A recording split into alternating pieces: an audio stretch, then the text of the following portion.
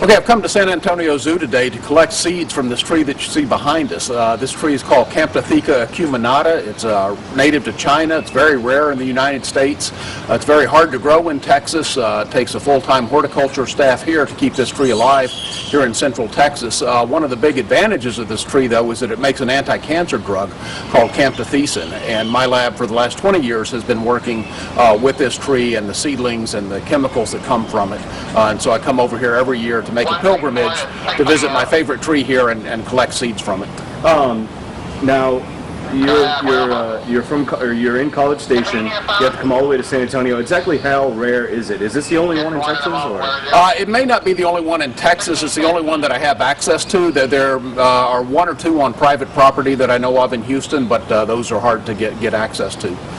And so how does it actually work? You're going to take the seed, and then what's the process there? So we take the seeds and germinate them into little seedlings. One of the things my lab has found is that as the seedlings are germinating at a very, very young stage, they make a very high amounts of a rare form of the drug called hydroxycamptothecin. That's actually a lot more useful in clinical settings than the regular drug.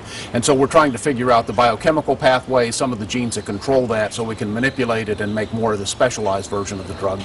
You've been doing this for quite a while. Any breakthroughs, any new things that you've discovered while doing this? Well, probably the biggest thing that we've discovered is a way to get a lot of this better drug, the hydroxy form of the camptothecin itself. That's a lot more water soluble. The patients tolerate it a lot better.